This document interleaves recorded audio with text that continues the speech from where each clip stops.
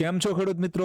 હું છું ચંદ્રેશ ઠાકોર અને તમે જોઈ રહ્યા છો આપણી યુટ્યુબ ચેનલ ખેડૂત કલ્યાણ. તો આપણો આજનો આ વિડીયો છે એ જીરા અને એરંડા બંને વિષય ઉપર જે છે રહેવાનો છે. ઠીક છે, એની સાથે સાથે આપણે જે છે બીજી કોઈ વસ્તુ પણ જો થોડો ટાઈમ વધશે તો એના વિશે પણ ચર્ચા કરી લઈશું.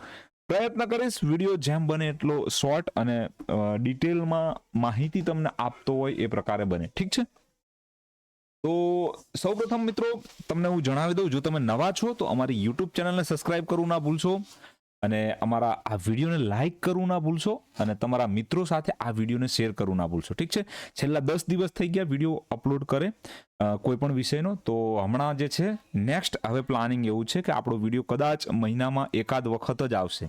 ઠીક છે, તો જે છે એકાદ વખત વિડીયો આવશે જેની અંદર આપણે મોટી વાત કરી લઈશું. બાકી જે લોકો આપણી સાથે વોટ્સઅપ ગ્રુપમાં જોડાયેલા છે, ઠીક છે, એ લોકો જે મિત્રો છે એ જાણે જ છે અને એમની સાથે ડેલી જે છે મેસેજ એમને અપડેટ મળતા રહે છે. મિત્રો જો તમે પણ જોડાવા માંગતા હોય તો વોટ્સઅપ ગ્રુપમાં મિત્રો તમે જે છે એ તમે મને વોટ્સઅપમાં મેસેજ કરી શકો છો. ઠીક છે, એની ફીસ જે છે એ મિત્રો હું તમને કહી દઉં, 1499 રૂપિયા છે. ઘણા મિત્રોને એ છે ફ્રી સર્વિસ લાગે છે, પણ એ ફ્રી સર્વિસ નથી. ઠીક છે, એની તમારે જે છે 1499 રૂપિયા ફીસ જે છે ચૂકવવાની રહેશે મિત્રો. ઠીક છે, તો આ જે છે વાતચીત આપણી. હવે શરૂ કરીએ આપણો મેઇન વિડીયો કન્ટેન્ટ.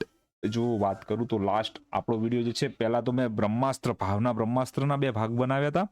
જો કે જેવી રીતે ભારતીય પરંપરા અને સંસ્કૃતિ છે, જે જ્ઞાનવર્ધક વિડીયો હોય છે એને હંમેશા લોકો ઓછા પસંદ કરે છે. એન્ટરટેનમેન્ટ વધારે જોઈએ છે ઇન્ડિયાની પબ્લિકને દરેક વસ્તુમાં, ભલે ફિલ્મો હોય કે ધંધો હોય કે ગમે તે હોય. ઠીક છે, એને એન્ટરટેનમેન્ટ વાળી વસ્તુ જે છે વધારે પસંદ આવે છે ઇન્ડિયન પબ્લિકને. તો તમે જોઈ શકો છો એનો સ્પષ્ટ તફાવત, જેથી કરી જે પણ વ્યક્તિ નોલેજ વાળા અથવા જ્ઞાનવર્ધક વિડીયો બનાવતો હોય એ બનાવતો અટકે છે. એ શું કામ કે જુઓ, અહીંયા જુઓ 474, 495 વ્યૂ ફક્ત ને ફક્ત.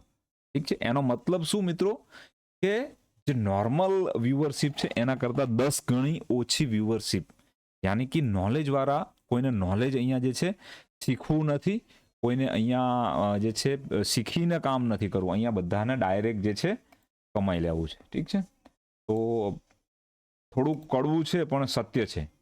ઠીક છે, અને આ અત્યારથી નહીં, પહેલાથી જ આ ચાલ્યું આવે છે. તમે જુઓ, જે પણ આદિ અનાદિકાળથી આ વસ્તુ છે જ ઓલરેડી.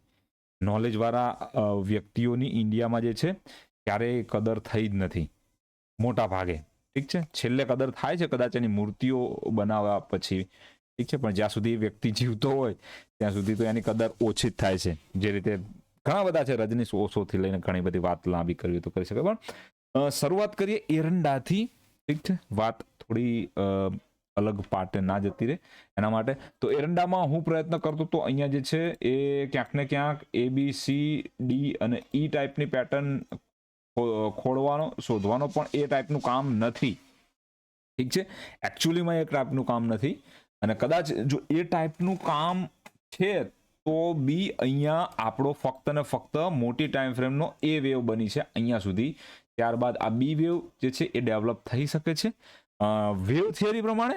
બીજી વસ્તુ ગેટ ક્રોનોલોજી પ્રમાણે, ગેટ ક્રોનોલોજી બંને થિયરી અહીંયા જે છે એકબીજાની સાથે લડી રહી છે એવું તમારે કહેવું હોય તો કહી શકાય.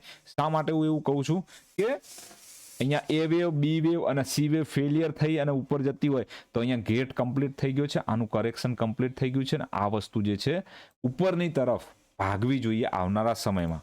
ઠીક છે, એ એક થિયરી કહે છે. બીજી થિયરી એવું કહે છે ગેટ બની ગયો છે કમ્પ્લીટ, અહીંયાથી ઉપર જવું છે. બીજી થિયરી એવું કહે છે કે અહીંયા જે છે આપણે જે પ્રમાણે એ અહીંયા આ બી વેવ અને અહીંયા હજુ પણ એક વખત સી વેવ બનાવવા માટે એરંડો જે છે એ 1100 ની આસપાસ આવવો જોઈએ.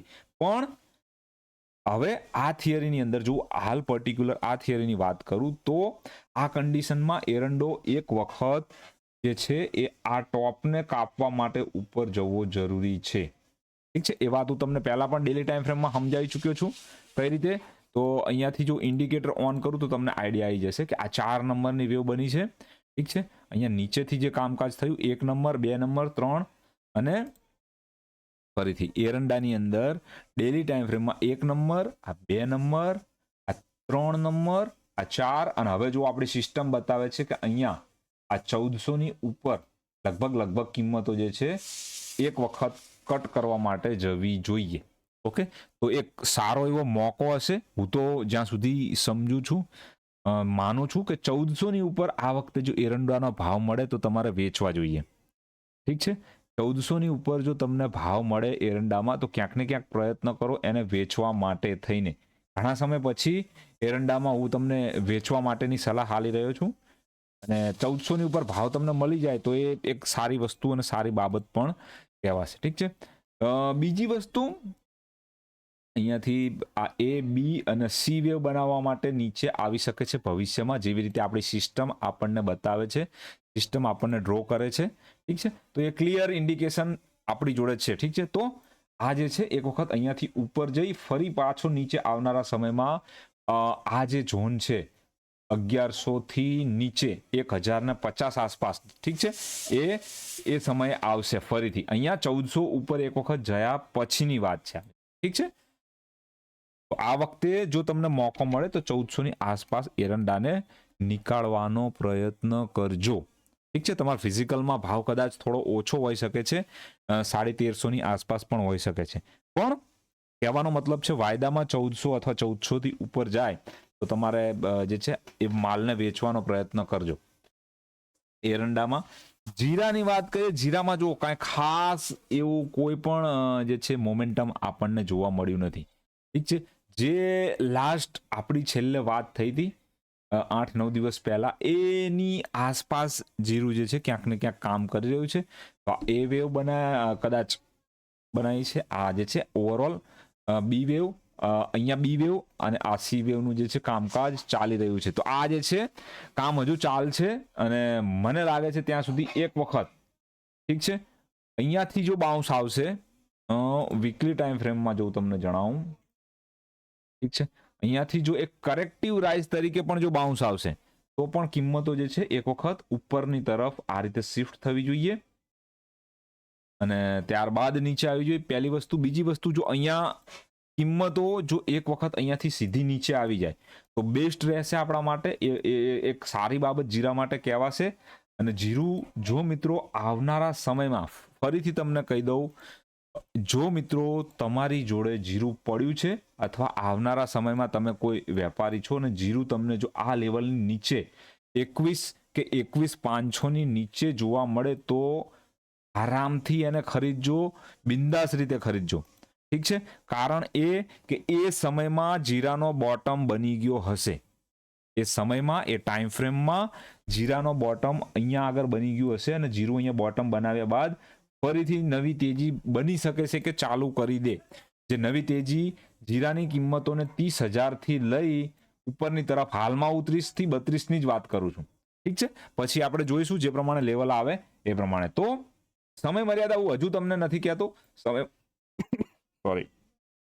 સમય મર્યાદા હું એટલા માટે તમને નથી કહેતો કે અહીંયાથી જે પણ સમય મર્યાદા નીકળશે એના પછી પેટર્ન કન્ફર્મ થશે. પેટર્ન કન્ફર્મ થશે પછી આપણને જે છે સમય મર્યાદા નક્કી કરવાનું, ડિસાઈડ કરવાનું જે છે એ ખબર પડશે મિત્રો. ઠીક છે, તો જીરા વિશેની આ ડિટેલમાં વાતચીત થઈ ગઈ, એરંડા વિશેની વાતચીત થઈ ગઈ. આશા રાખીશ વિડીયો જે છે શોર્ટ છે, તમને બધી જ વસ્તુ સમજમાં આવી હશે અને જે પણ મેં વાત કરી એ તમને સમજાણી હશે. ઠીક છે, thank you for watching video. Thank you very much. જય હિન્દ, જય ભારત, જય જવાન, જય કિસાન ખેડૂત મિત્રો.